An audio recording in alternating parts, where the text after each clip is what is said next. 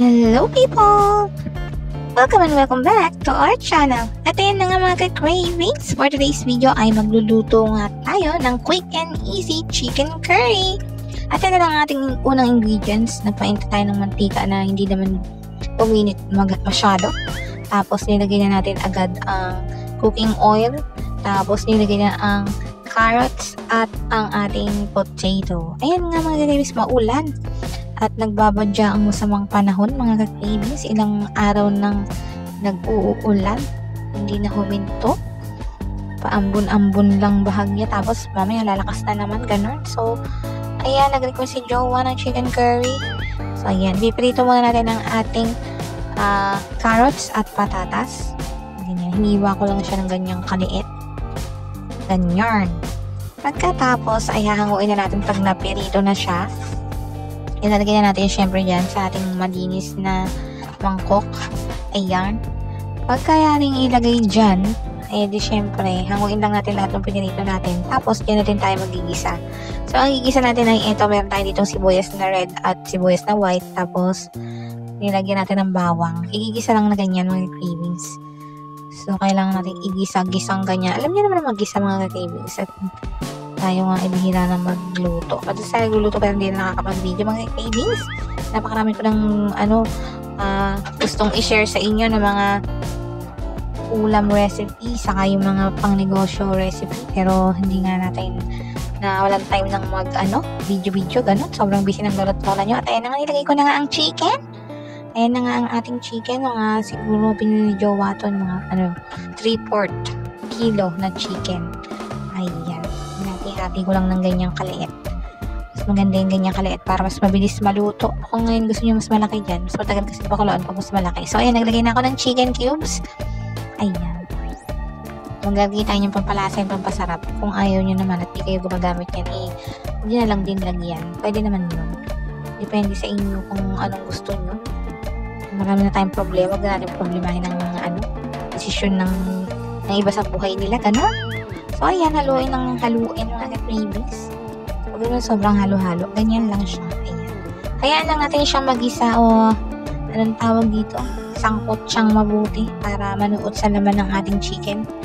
Yung mga flavors ng onion at garlic. Ganon.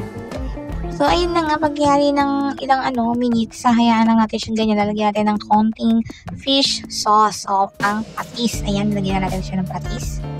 Tatakpan lang natin para manuot sa laman ng manok ang lasa ng patis, gano'n.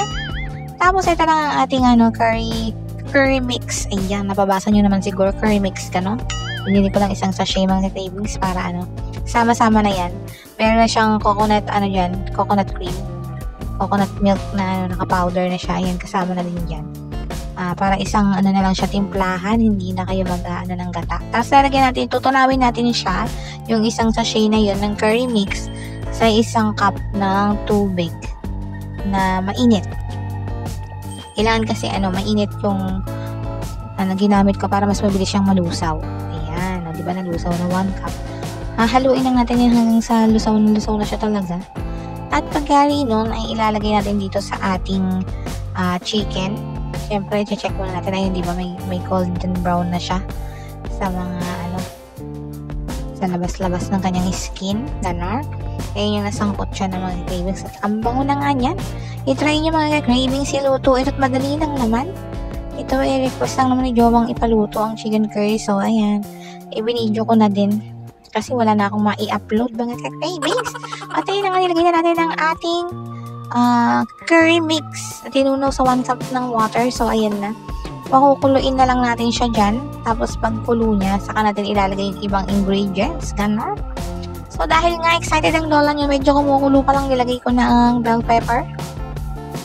Halu-haluin lang ng konti. Ayan. Ganyan-ganyan konti. Sundot-sundot lang. May magawa lang ang lola niyo.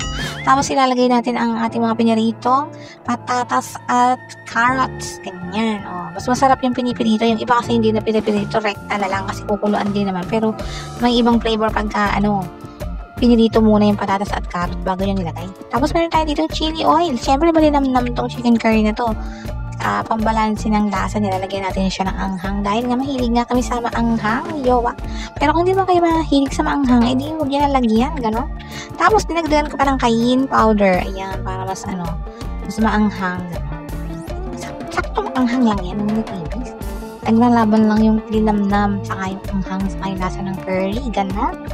At yan nga, papalaputin lang natin ito mga cravings, at pagka medyo thick na ang kanyang consistency ng sauce, ay pwede na yon, good to go na yon, at pwede nang lumapang mga cravings. Ayan, ganyan na siya, oh. At perfect partner nga ito ng mainit na kanin. So ayan, ito nga yung kanin hindi na mainit, pero okay pa rin, perfect din ka-partner kahit na hindi mainit, gano'n. So ayan na nga, tinalagay na natin ang sauce. At nako, napakasarap at bango mga cravings. I-try nyo na. Napaka-quick and easy lang ng recipe na to. Chicken curry, ang dali-dali lang. Ganun lang kasimple mga cravings at ang sarap. At hanggang dito lang mga cravings. Salamat sa panonood. Hanggang sa susunod. Like and subscribe.